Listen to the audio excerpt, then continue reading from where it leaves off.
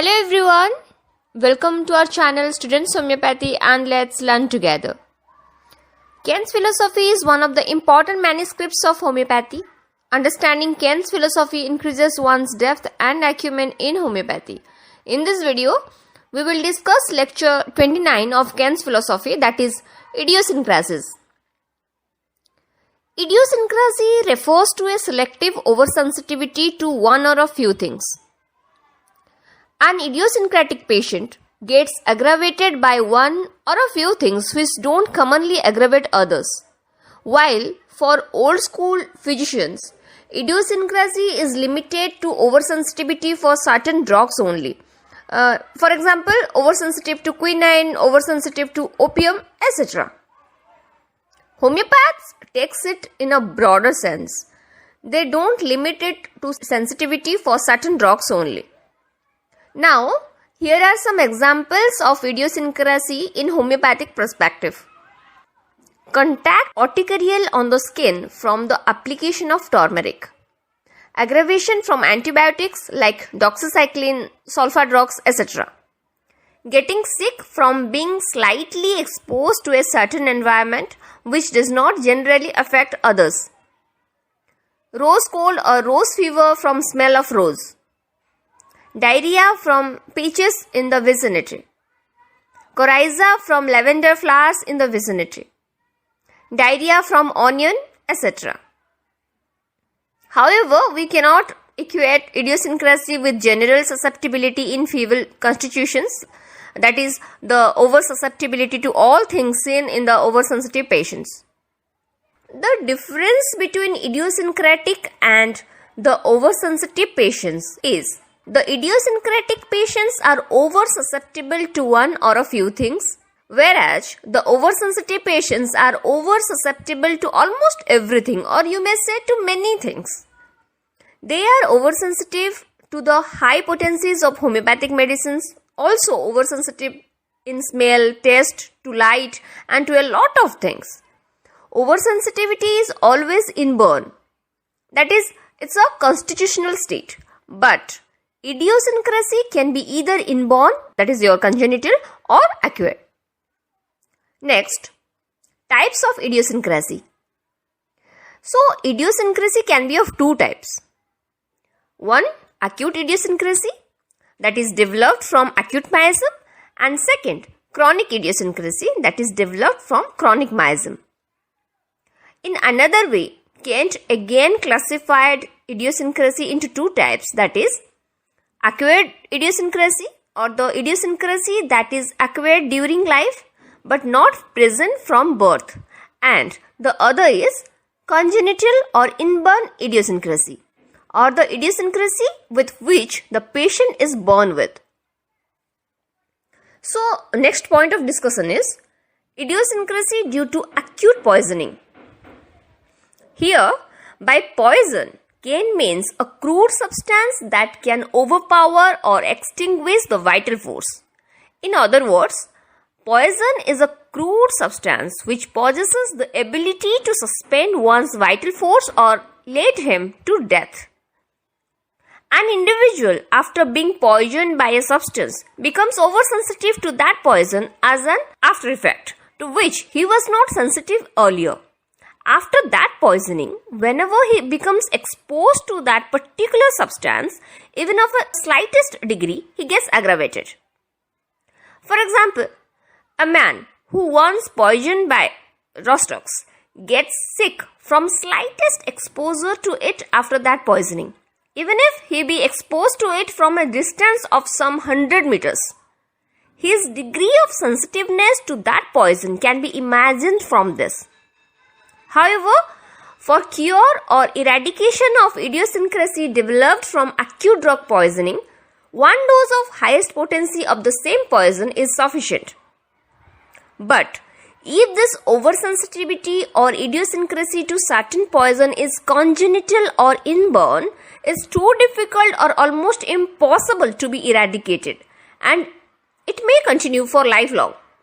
Still, if in any way they can be eradicated, that is only by an antisoric, because here sora remains in the background.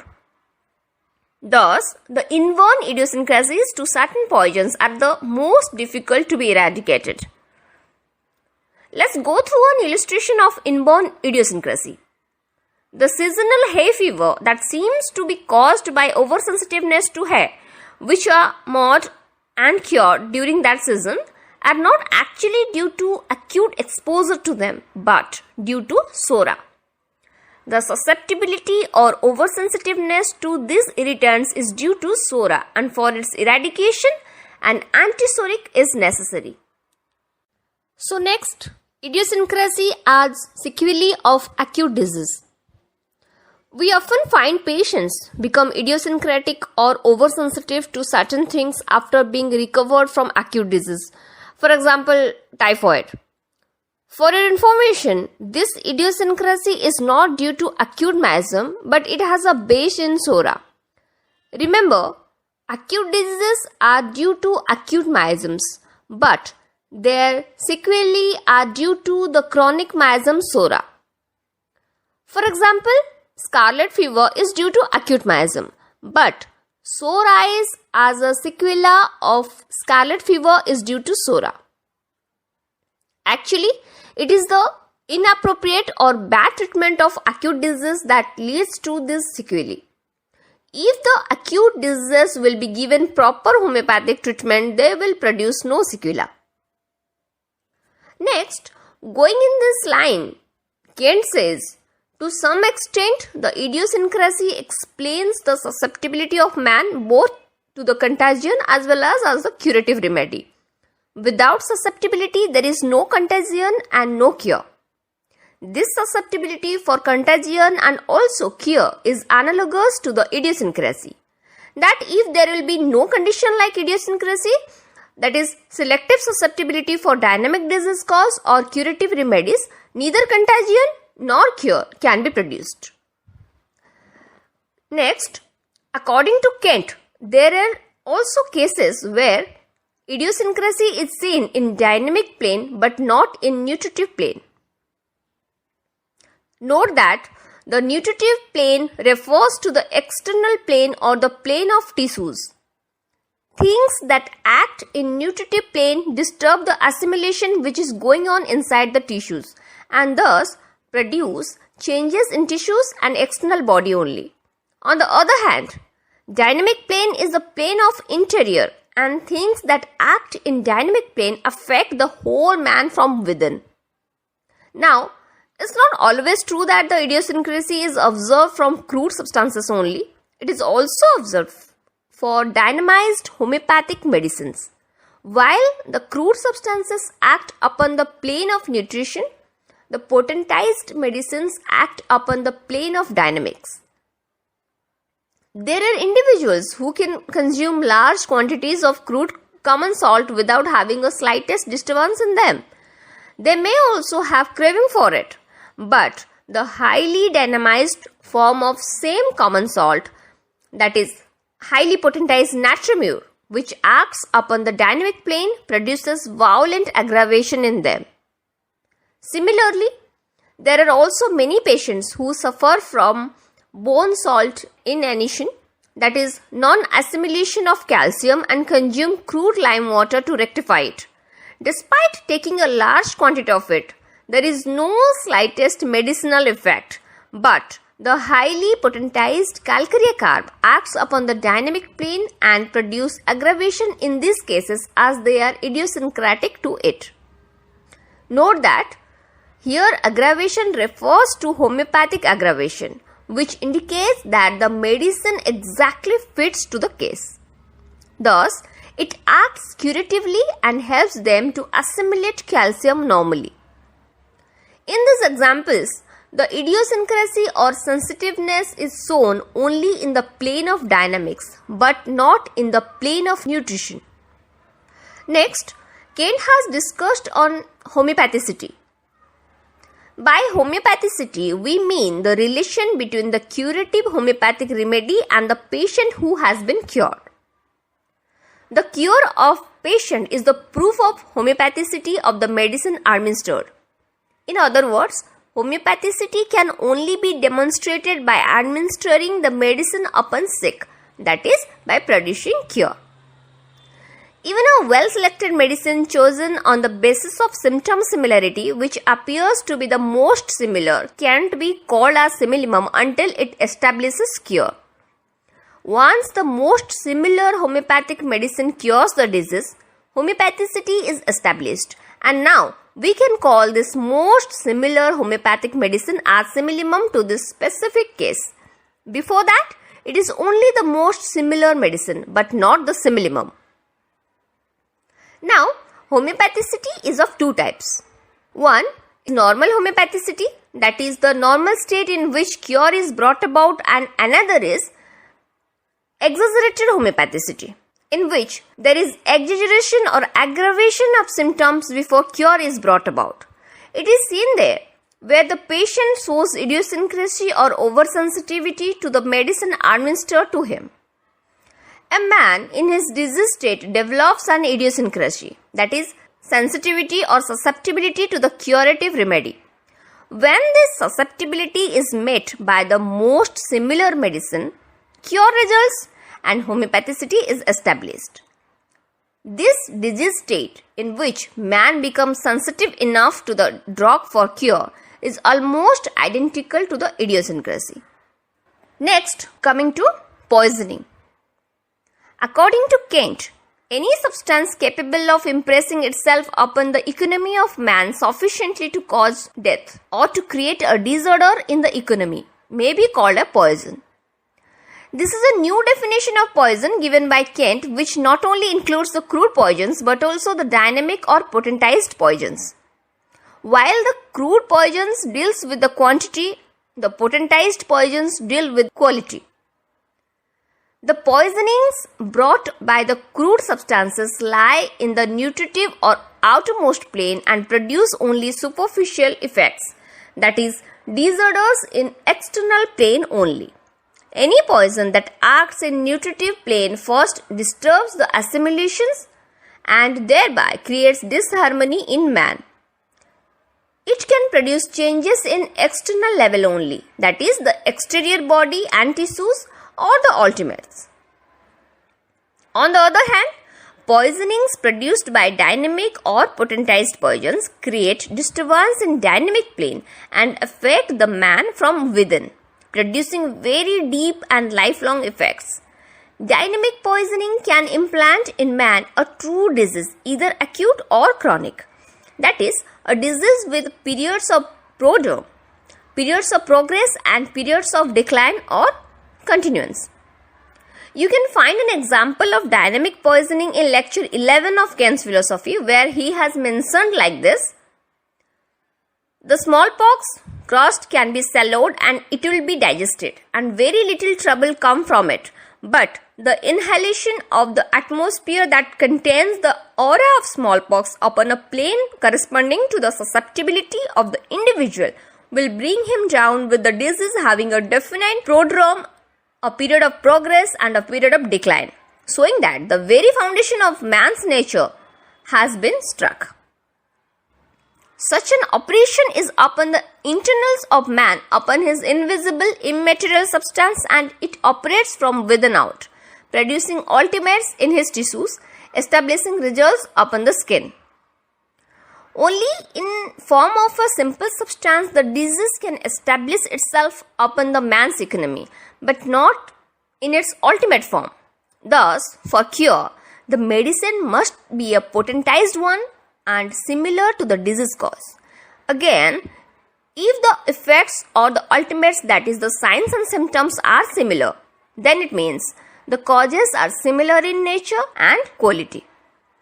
In other words, if there is similarity of symptoms, then we should conclude that the nature and the quality of the drug and the disease cause is similar.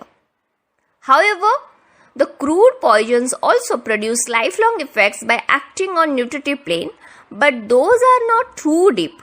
For example, acute poisoning by arsenic produces lifetime sensitivity to it, but it is not as deep as that produced by the potentized arsenic. Another thing, that is, to produce an effect, a crude poison does not need any susceptibility. it can harm each and every person irrespective of their susceptibility. But an attenuated thing can produce an effect in man if and only if he is susceptible enough to be affected by it. For example, the purgatives and emetics can produce disorder in each and every person irrespective of their susceptibility. But the potentized stramonium and nux vomica can produce poisoning or aggravation in man only when he is enough susceptible to them. We have already mentioned earlier that there is a special category of people known as oversensitive patients who always remain susceptible to the highly potentized homeopathic medicines and thus always gets aggravated by them. Another important thing is to be noted here that in higher potencies each and every substance can produce poisoning. Even the inert substances and the substances those are commonly used as food in their crude state are raised to a higher degree so that they can produce dynamic effect on man who are susceptible enough to be affected by them. So the last point is protection from sickness. There are two forms of protection from sickness. The first is protection by use and the second is protection by homeopathic prophylactic, that is genus epidemicus. So now, what is protection by use? The health personnel working in various epidemics don't usually get affected by the same epidemic because of their love for work, that they get pleasure out of their service and they have no fear of contagion. Kent says, fear is a major cause of sickness. Those who don't fear of getting affected are unlikely to be affected by the disease. However, if somehow they get infected by the epidemic, Kent believes it is because of fear of contagion has already started in their mind. You can better understand it from the following lines from Kent's philosophy from lecture 19. Thinking and willing establishes a state in man that identifies the condition he is in. As long as man continued to think that which was true and held that which was good to the neighbor, that which was uprightness and justice, so long man remained upon the earth free from the susceptibility to disease, because that was the state in which he was created. So long as he remained in that state and preserved his integrity, he was not susceptible to disease and he gave forth no aura that could cause contagion. But when man began to will the things that were the outcome of his false thinking, then he entered a state which was the perfect correspondence of his interior. As are the will and understanding, so will be the external of man. Now, the second form of protection from sickness is the homeopathic prophylactic, that is genus epidemicus. In an epidemic, through individual case taking of different patients, we can get multiple numbers of remedies as indicated remedy. Among those, we have to select only one medicine that covers the largest percentage of the patients in that particular epidemic. Now, we can say, this specific singular medicine seems to suit best to the general nature of sickness and thus it is the genus epidemicus of that particular epidemic. As we have to prescribe a common prophylactic for the whole population affected by a particular epidemic, we can't select a medicine that would cover the individual nature of sickness. In other words, we cannot select a prophylactic that would be the most similar to every individual case in that epidemic. Though a genus epidemicus is similar to the nature of a particular epidemic, it is not simillimum or most similar to it. Still, it works as a prophylactic. Thus, for prophylactic purpose, less degree of similitude works. But for cure, homeopathicity is the must. So, let's summarize quickly. While idiosyncrasy refers to selective oversensitivity to one or a few things, oversensitivity refers to oversusceptibility to almost everything or to many things. Old school physicians limit idiosyncrasy to oversensitivity for certain drugs only. Oversensitivity is always inborn, but idiosyncrasy can be either inborn or acquired. Idiosyncrasy can be classified as acute and chronic or congenital and acquired. For cure or eradication of idiosyncrasy developed from acute poisoning, one dose of highest potency of the same poison is sufficient. Congenital idiosyncrasy to certain poison is too difficult or almost impossible to be eradicated, and it may continue for lifelong. Sora remains in their background. Thus, if in some way or other they can be eradicated, that is only by an antisoric. Inborn idiosyncrasies that come from poisons are most difficult to be eradicated. Acute diseases are due to acute miasms, but their sequelae are due to the chronic miasm sora. Inappropriate or bad treatment of acute diseases leads to sequelae. If the acute diseases will be given proper homeopathic treatment, they will produce no sequela. Susceptibility for contagion and also cure are analogous to the idiosyncrasy. While the crude substances act upon the plane of nutrition, the potentized medicine act upon the plane of dynamics. By homeopathicity, we mean the relation between the curative homeopathic remedy and the patient who has been cured. Homeopathicity can only be demonstrated by administering the medicine upon sick, that is, by producing cure. Even a well-selected medicine which appears to be the most similar cannot be called as similimum until it establishes cure. Before cure, it is only the most similar medicine but not the similimum. Homeopathicity is of two types, normal homeopathicity and exaggerated homeopathicity. Poison includes both crude poisons as well as dynamic or potentized poisons. While the crude poisons deals with the quantity, the potentized poisons deals with the quality. Poisonings brought on by crude substances lie in the nutritive or outermost plane and produce superficial effects only. But poisoning produced by dynamic or potentized poisons create disturbance in dynamic plane and affect the man from within, producing very deep and lifelong effects. If there is similarity of symptoms, then it means the nature and quality of the drug and the disease cause is similar. To produce an effect, crude poisons don't need any susceptibility, but the attenuated things can affect man if and only if he is susceptible enough to be affected by them. In higher potencies, each and every substance can produce poisoning. There are two forms of protection from sickness. One, protection by use, and second, protection by homeopathic prophylactic. Health personnel working in various epidemics remain protected from the same epidemic because of their love for work. According to Kent, fear is a major cause of sickness. Genus epidemicus is the specific singular medicine that seems to suit best to the general nature of sickness, but not the individual nature of sickness. Genus epidemicus is not the similimum or most similar to a particular epidemic, still it works as a prophylactic. For prophylactic purpose, less degree of similitude works, but for cure, homeopathicity is a must. So that's all for this video. If you have not yet subscribed to our channel Students Homeopathy, please subscribe it now and also click on the bell icon and select all so that you will not miss any of our informative, educational and interesting videos in homeopathy. Please provide your valuable feedback in the comment section. Also, we will love to answer your queries on this topic. Thank you for watching.